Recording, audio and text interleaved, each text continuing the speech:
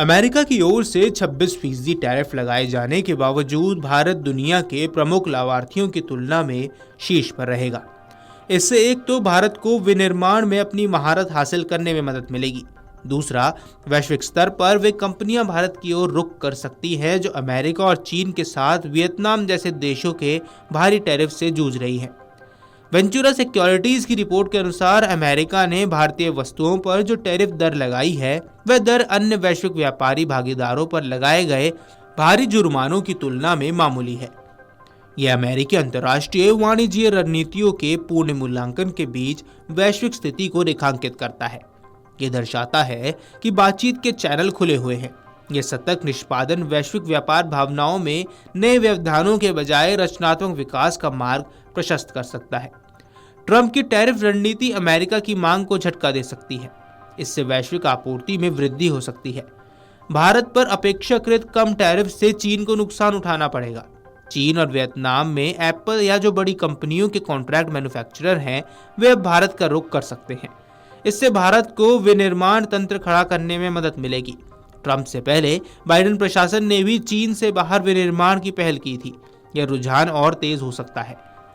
भारत का विनिर्माण निर्यात 750 से 800 अरब डॉलर है और चीन का 3.3 लाख करोड़ डॉलर है। इस स्थिति में भारत के पास वृद्धि के लिए पर्याप्त गुंजाइश है। भारत को निर्यात क्षमता बढ़ाने का अवसर कोविड-19 संकट के विपरीत, जिसने मांग और आपूर्ति दोनों को एक साथ झकझोर दिया। मौजूदा स्थिति आपूर्ति संचालित है जो वैश्विक विनिर्माण में संरचनात्मक बदलावों में उपजी है। वहीं बढ़ती क्षमताओं और अनुकूल नीतियों के साथ भारत की निर्यात क्षमता बढ़ने वाली है। संभावित वैश्विक ब्याज दर में कमी से खपत को बढ़ावा देखने को मिल सकता है और इससे भारत की अर्थव्यवस्था में और तेजी आ सकती है। भारत की प्रतिस्पर्धा बढ़त निर्यात तक सीमित नहीं है। इससे कुशल श्रमिकों, मजबूत प्रणाली, राजनीतिक स्थिरता और कई देशों से बेहतर संबंधों से लाभ मिलता है। वैश्विक व्यापार परिदृश्य एक बदलाव के दौर से गुजर रहा है। भारत इस परिवर्तन का लाभ उठाने के लिए अद्वितीय स्थिति में है। मामूली टैरिफ, बढ़ते विनिर्माण आधार और संरचनात्मक लाभों के साथ भारत वैश्विक आपूर्ति श्रृंखलाओं में एक महत्वपूर्ण कड़ी बन सकता है। भारत की नीति अमेरिका और पश्चिम के साथ अधिक निकटता से जुड़ना है। हालांकि अमेरिका की कूटनीति के प्रति सतर्क रहना भी बेहद जरूरी है। भारत को पश्चिमी भागीदारों के साथ स्वायत्त प्रणालियों और कृत्रिम बुद्धिमत्ता यानी एआई जैसी अत्याधुनिक भविष्य की तकनीकों में निवेश करने की जरूरत है। टैरिफ का मामला भारत के लिए एक उम्मीद की किरण है, क्योंकि यह दुनिया की सबसे अधिक संरक्षणवादी बड़ी व्यवस्थाओं में एक है। अगर भारत अमेरिका के साथ एक विशेष समझौता करने में सक्षम होता है जिसके तहत उसने अपने टैरिफ में पर्याप्त कमी करने की रियायत देनी होती है, तो यह वास्तव में भारत के लिए बहुत अच्छा होगा। भारतीय टैरिफ में काफी कमी आ सकती है और इससे भारत में दक्षता और उत्पादकता बढ़ेगी और विकास में वृद्धि हो सकती है। भारत अपनी मदद नहीं कर रहा है क्योंकि इस संभावना को कम कर रहा है कि उसकी फर्म वास्तव में वैश्विक रूप से प्रतिस्पर्धा होगी। ऐसे में उसे अपनी फर्मों को वैश्विक स्तर पर प्रतिस्पर्धी बनाने की जरूरत है। भारत की नीति दुनिया के अन्य महान मुक्त बाजार लोकतंत्रों के साथ अधिक निकटता से जुड़ना है। इलेक्ट्रॉनिक्स के लिए 2.7 अरब डॉलर की पीएलआई है। इन सेक्टर की दक्षता और प्रदर्शन को बढ़ाने पर लगातार फोकस करना चाहिए। जिन क्षेत्रों में भारत को बांग्लादेश, वियतनाम और लंका के साथ चीन से प्रतिस्पर्धा है उनमें भारत पर टैरिफ बहुत कम है।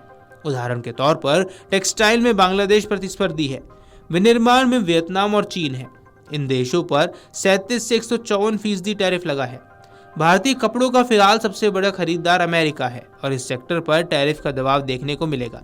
लेकिन आपदा में अवसर वाली कहावत इस सेक्टर में पूरी भी होती नजर आ रही है। अगर आंकड़ों की बात करें तो 2023-24 में भारत से कुल लगभग 36 अरब डॉलर का कपड़ा निर्यात में अमेरिका का हिस्सा लगभग 28% था, या यूं कहे कि 10 अरब डॉलर रहा था। इस सेक्टर में लगातार इजाफा देखने को मिल रहा है। साल 2016-17 और 2017-18 में भारत से कुल कपड़ा निर्यात में अमेरिकी हिस्सा 21% था, जो कि साल 2019-20 में 25% हुआ और 2022-23 में 29% तक पहुंच गया। रिपोर्ट्स की माने तो भारत से कालीनों का 58%, अन्य निर्मित वस्त्रों का 50%, लैमिनेटेड वस्त्रों का 44% और बुने व गैर बुने कपड़ों के निर्यात का करीब 33% हिस्सा अमेरिका का था।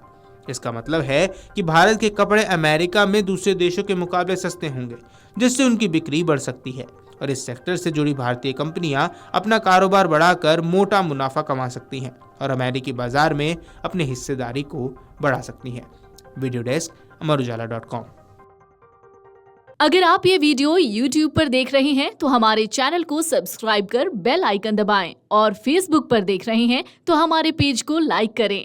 8 मिलियन प्लस सब्सक्राइबर, आपके इस भरोसे के लिए बहुत धन्यवाद।